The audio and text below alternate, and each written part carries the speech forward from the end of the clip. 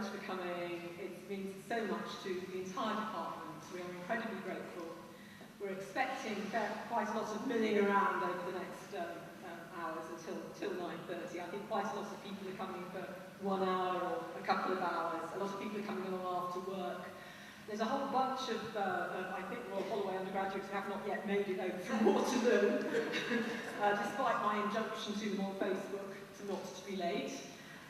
So you'll just have to bear with people. I'm hoping I've mainly recruited speakers with big voices because ancient actors were only assessed on the grounds of their megalophonia, none of your naturalism. Your ability to speak very loud is about the only criterion of assessment. We do have some very official planks. Financially speaking, this would have been quite impossible. Actually, it still is. And if you would possibly donate £1 on your way out each, we might begin to get off the bit on my personal credit card that my husband, Richard Pointer, was rather sorry that I had used to hire this hall way back in July. £1 for everybody coming today should just about see it off. We still owe about £600.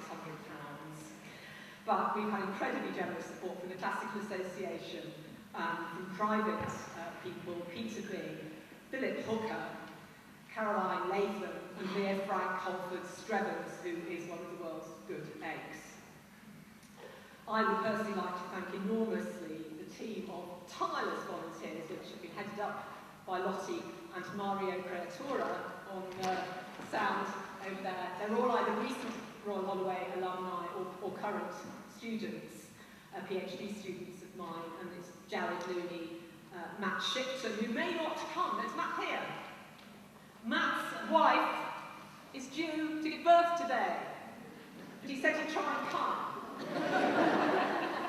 And we proposed a competition for a naming ceremony, but he was having none of that.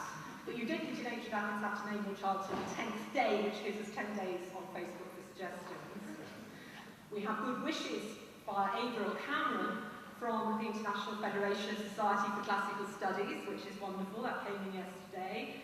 The Council of University Classics Departments weighed in early on and absolutely brilliantly with a stonking letter full of very, very, very clear, precise and objective arguments about the viability and importance of our department. Special thanks to Robin Osborne and Bruce Gibson. Classics for All, I got an email this morning from Tom Holland, who's chairman of the advisory committee. So thank you very much to all of those. Now, most of this afternoon is going to be given over to thinking about a very particular past of Royal Holloway and Bedford College Classics, which is a subject very dear to my heart, and one, I think, largely because of the very controversial takeover or swamping or merger, whatever you like to call it, in 1985 of Bedford College by Royal Holloway, meant a whole raft of fascinating people who had studied or taught classics, Latin, Greek, ancient history, and ancient literature and translation, indeed, at Bedford College, and earlier people who taught it at Royal Holloway College, just got lost by the wayside of history.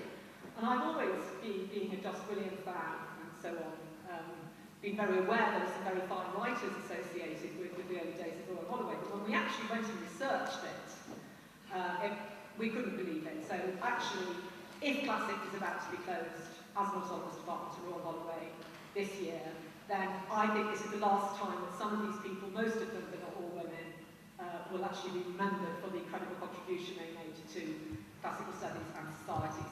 This evening we're going to the more generalised celebration of classics internationally.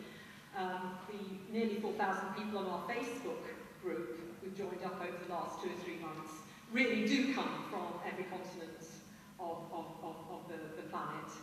It's been very, very exciting, and there are certainly plans afoot to maintain this not as a Save Classics at Royal Holloway, but as Save Classics for the Planet campaign subsequent to whenever the Council make their dread decision.